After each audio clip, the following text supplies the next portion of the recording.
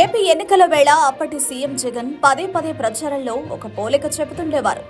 ఈ ఎన్నికలు పేదలు పెత్తందార్లకు మధ్య జరుగుతున్నాయని అనేవారు. తమ ప్రభుత్వ పథకాల లబ్ధి పొందుతున్న పేదలకు కూటమి కట్టిన పెత్తందార్లకు మధ్య ఈ పోరు కొనసాగుతోందని, పేదల పక్షాన తాను నిలబడ్డానని చెప్పేవారు. కానీ ఎన్నికల్లో జగన్ లెక్క తప్పింది. టీడీపీ కూటమి అధికారంలోకి వచ్చింది.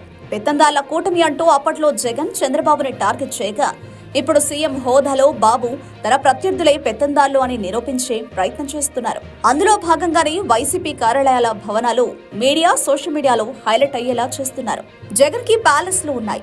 ఆయన లైఫ్ స్టైల్ లగ్జరీగా ఉంటుందని టీడీపీ నేతలు ఆరోపిస్తున్నారు.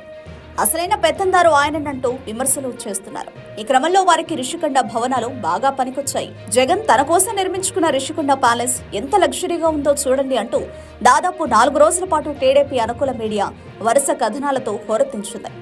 బాత్ టబ్ దగ్గర నుంచి టైల్స్ వరకు పలానా ఐటెం రేటు ఇంత, పలానా ఐటెం అక్కడి నుంచి ఇంపోర్ట్ చేశారంటూ వివరాలతో విమర్శలు ఎక్కుపెట్టారు.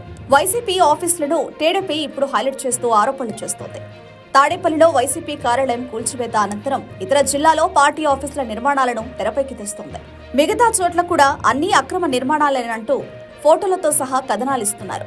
26 జిల్లాలో 42.24 ఎకరాల ప్రభుత్వ భూమిని పార్టీ ఆఫీసుల కోసం నామమాత్రపు లీజుకు తీసుకున్నారని చెప్తున్నారు.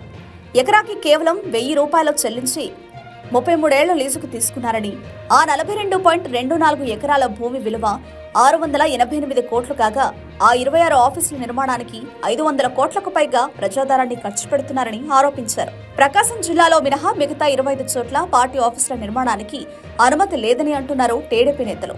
మొత్తం మీద జగన్ ని టార్గెట్ చేసేందుకు ఇప్పుడు వారికి మరో అవకాశం లభించింది. తాడేపల్లి ఆఫీసు కూల్చివేతపై వైసీపీకి సింపతి లభించకుండా మిగతా జిల్లాలో పార్టీ ఆఫీసుల గురించి కథనాలు ప్రచారంలోకి తెస్తున్నారు టీడీపీ నేతలు. ఈ విమర్శలకు జగన్ ఏమని సమాధానం చెబుతారో చూడాలి.